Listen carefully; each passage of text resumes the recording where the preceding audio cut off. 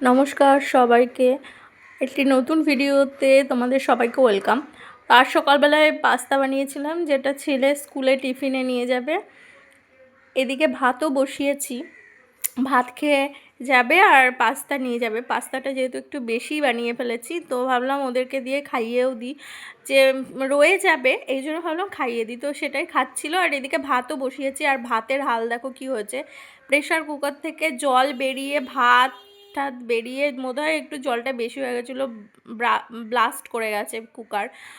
এর মধ্যে এসছে আমার একটা পার্সেল। তো ওই পার্সেলের এটার মধ্যে কি আছে বলছি তোমাদের। এটার মধ্যে আছে আমার মেয়ের জন্য একটা জুতি, মানে এটা কাপড়ের জুতো কিনেছি, যেটা হচ্ছে ভীষণই ভালো এসছে, আমার ভীষণ পছন্দ হয়েছে। আর ওকে যে জামাটার সঙ্গে এটা পরাবো বলে আমি কিনেছি, মানে একটা ইয়ে টাইপের, মানে এথনিক ড্রেস আর কি, ভীষণ সুন্দর। তো এই জুতোটা ওই ড্রেসটার সঙ্গে ভালো মানাবে।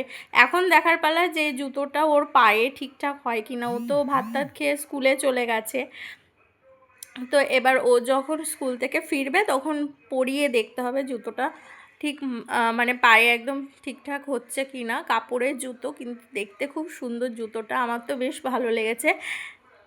একটু নরম জুতোটা আর কি, মানে মানে কাপড়ের তো একদম ফ্যালফ্যালে টাইপের আর কি। যে কদিন যায়, 150 টাকায় আর কতদিনই বা চলবে। তো যাই হোক, ভালো জুতোটা। এদিকে আমি রান্না বান্নার যোগাযন্ত্র করে নিয়েছি, করব পটল ভাজা আর আলু পটল দিয়ে মাছের ঝোল করব। এখানে কাতলা মাছ আমি ফ্রিজ থেকে বের করে নুন হলুদ মাখিয়ে রেখেছি, মানে ফ্রিজ থেকে অনেকক্ষণ আগে বের করেছিলাম, পুরো বরফটা কেটে যাওয়ার পরে তারপরে হচ্ছে নুন হলুদ মাখিয়ে রেখেছি। দেখো এখানে পুরো মাছগুলো বেশ সুন্দর নরমাল হয়ে গেছে, একদম নরম হয়ে গেছে, একদম শক্ত নেই, বরফের মতো। তো এইগুলো হচ্ছে গিয়ে এখন ভাজা ভাজা করে তারপরে ঝোল করব। আর এই পিসই করেছি, কারণ রাতের বেলা আমাদের বাড়িতে কেউ মাছ খায় না, এই জন্য, মানে ওই কাটা বাছতে হবে বলে খায় না। তো এই জন্য অল্প কটাই, মানে আমরা পাঁচজনের মতোই করেছি। আর এদিকে দেখো আমার গাছগুলো একদম ঠিকঠাকই আছে এখনও পর্যন্ত, মাত্র এই 3 দিন হলো লাগিয়েছি। এখন একটু অন্ধকার, ওয়েদারটা আসলে মেঘলা মেঘলা, তো এই জন্য কালো কালো লাগছে, মানে বোঝা যাচ্ছে না ভালো।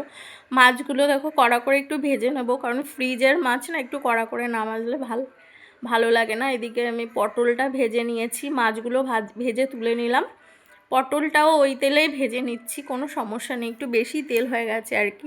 এদিকে উচ্ছে আলু কেটেছি, পেঁয়াজ দিয়ে লঙ্কা দিয়ে উচ্ছে আলু ভাজা করব। এই উচ্ছেগুলো না কেমন একটা অনেক দিন ধরে ফ্রিজে থাকলে আর কি যা হয়, কেমন একটা হয়ে যাচ্ছিলো, তো ভাবলাম কুচিয়ে ভেজে নিই, মানে অনেক পদ হয়ে যাবে আজকে, ছোট ছোট করে রান্না করতে করতে এক গাদা পদ হয়ে গেলে না তারপরে থেকেই যায়। সেই রাতের বেলা তো আর উচ্ছে খাওয়া যায় না, মানে তেতো রাতের বেলা আমরা খাই না, নর্মাল খাই, রাতের বেলা অত হিজিবিজি খাবার খাই না।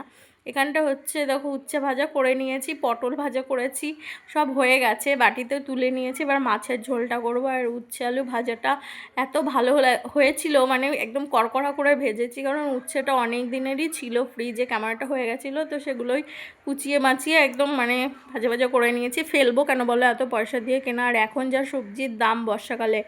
এদিকে দেখো আলু পটলটা ভেজে নিচ্ছি, যেটা দিয়ে আমি এই যে আদা জিরা আর কাঁচা লঙ্কা বেটে নিয়েছি, মাছের ঝোলটা করেছি। এই যে মাছের ঝোল, টমেটো দিয়ে দিয়েছি একটুখানি।